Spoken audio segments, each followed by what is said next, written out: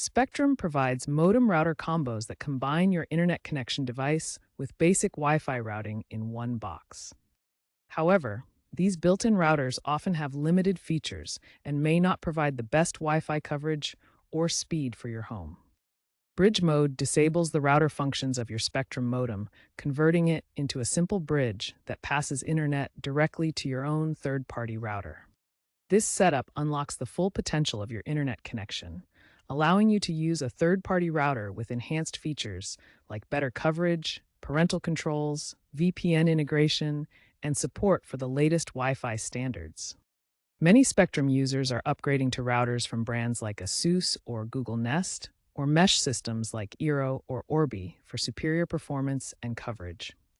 Keep in mind that older Spectrum modems may require a firmware update or replacement from Spectrum to properly support bridge mode.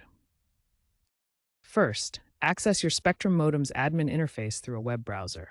The address is usually 192.168.1 or 192.168.100.1.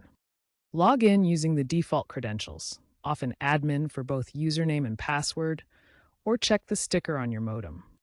Navigate to the Advanced or Gateway settings and find the Bridge Mode option. Toggle it to enable. Next, connect your third-party router's WAN port to one of the LAN ports on the Spectrum modem. Perform a factory reset on your third-party router.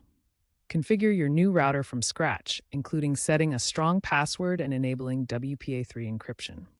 Finally, remember to double-check compatibility between your third-party router and Spectrum's DOCSIS 3.1 4.0 standards to avoid connectivity issues. Keep in mind that some users experience temporary outages during the mode switch.